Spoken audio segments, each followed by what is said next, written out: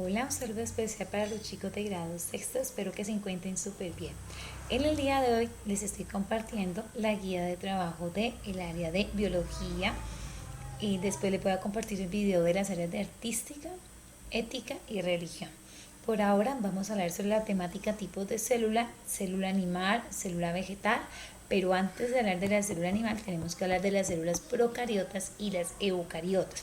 Cuando hablamos de las células procariotas nos referimos a las células primitivas, es decir, a las primeras formas de organización de los seres vivos. La primera célula procariota se logra descubrir gracias a el investigador Charlton, que empieza a principios de 1950 a utilizar el término de la palabra célula. ¿Listo? De allí se puede como clasificar cómo se estructura una célula y cómo se encuentra dividida, porque no todas las células tienen la misma forma y el mismo tamaño. Dependiendo de su función en un organismo vivo, tienen diferentes tamaños, formas y también desempeñan una función particular. Cuando hablamos de procariota, estamos hablando de antes de la nuez o sin núcleo.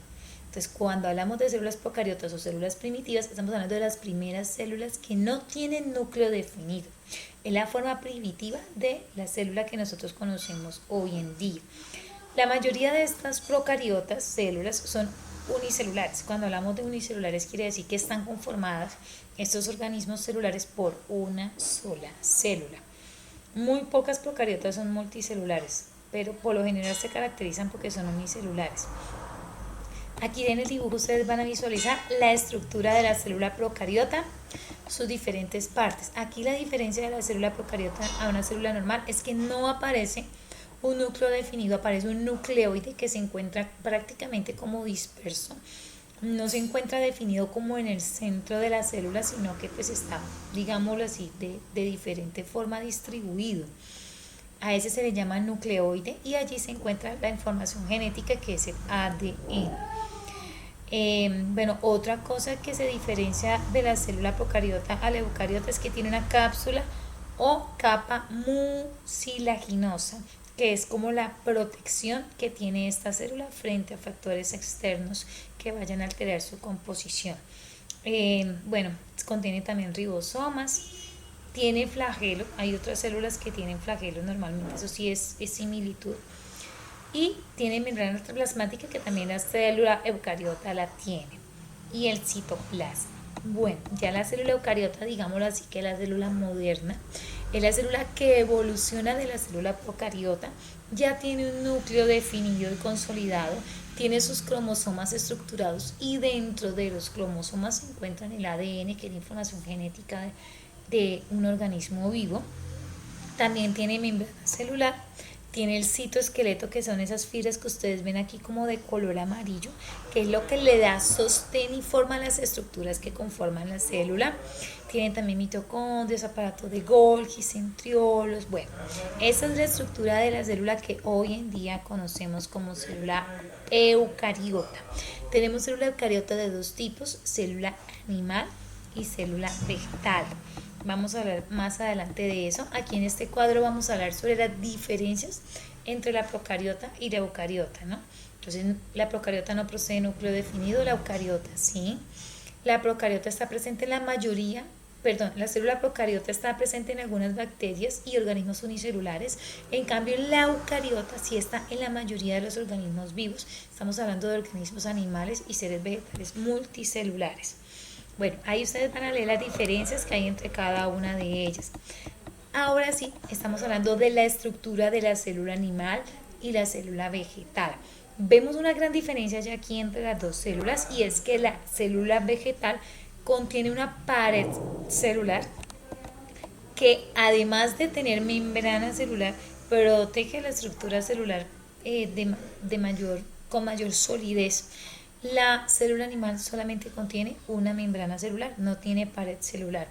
Tienen el mismo forma de núcleo, ¿cierto? Con la misma estructura. La otra diferencia es la vacuola. La vacuola en la célula vegetal es más grande, en la célula animal es más pequeña. Y encontramos pues figuras ya, organelos similares que contienen contienen sus mitocondrias, contienen sus ribosomas, retículo endoplasmático liso y rugoso. Lo que tiene la célula vegetal, que no tiene la célula animal, además de la pared celular, son los cloroplastos, que es la que le da el color verdoso a las plantas.